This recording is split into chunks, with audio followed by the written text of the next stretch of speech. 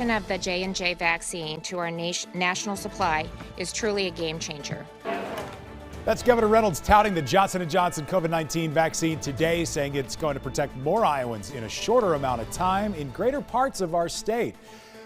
Governor Reynolds got that shot today and says soon thousands of food processing workers will receive it too. Here to tell us more about this and what else the governor had to say today, we got our political director, Dave Price. Dave, let's first of all talk about this particular Johnson & Johnson vaccine and why administer that to these workers. The way they explained it, this is one dose and you're done. So there are the logistical things, the side of this that makes it so much easier to vaccinate people quicker.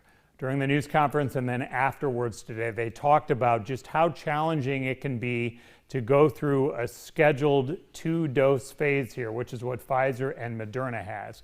So they think that Johnson & Johnson, and it's easier to transport, easier to store, you can store it in a refrigerator, and you can get to these places where you have a lot of workers who work closely together, get in there, vaccinate them one time, and then be finished. They re-emphasized so many times today that this is a safe vaccine. Do you get the sense that they're getting pushback on this, that maybe more than we're hearing out in the general public? I think what they're responding to would be the hesitancy some people have focusing on some of these top line numbers, this efficacy, and looking at the 2 doses of Moderna and Pfizer, in some cases being something like 95% protection for you so that you don't get seriously ill from COVID-19. And some of these earlier studies with Johnson & Johnson maybe had those 70 to 75%, just the 1 dose there.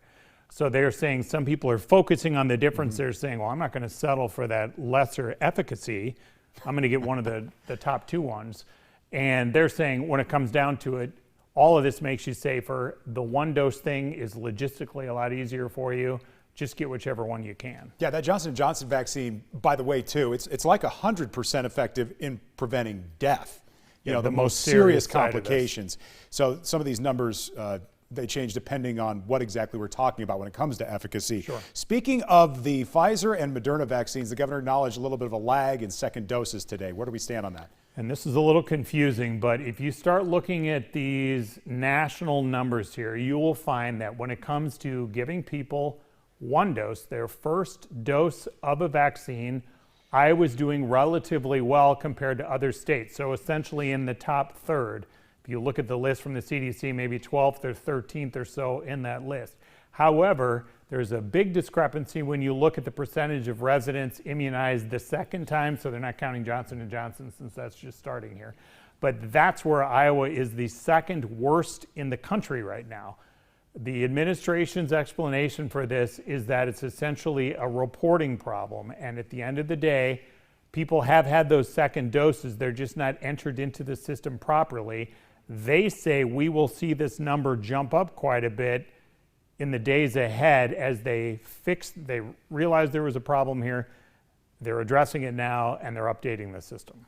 Dave, the vaccine navigators, we're about a week out from these people we were promised are going to be at the 211 call centers so that people can just pick up the phone, get a real live person on the other end to schedule them an appointment. Where do we stand on this? And that, to underscore, the graphic shows it here, but to underscore, you are talking about folks 65 years old and older who have not been able to get an appointment for whatever reason on their own.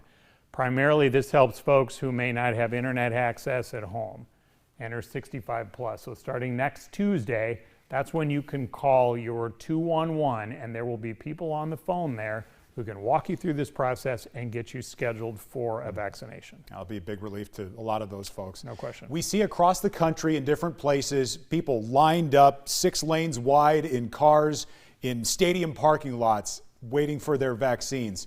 Any idea that a mass vaccination clinic could be coming anywhere to central Iowa anytime soon? We are not getting that impression from the governor on the state level. There are some counties, particularly out east, eastern part of the state, that have done this on their own for some of these larger vaccinations.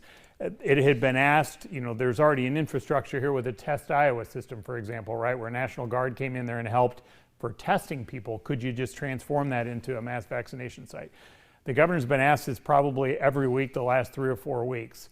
And FEMA, on the federal side, could be part of that big COVID-19 stimulus bill that Congress is arguing about right now. That could be a provision where you could have these mobile units going around in different communities. Cindy Axne, the Congresswoman's talked about that could be an advantage here.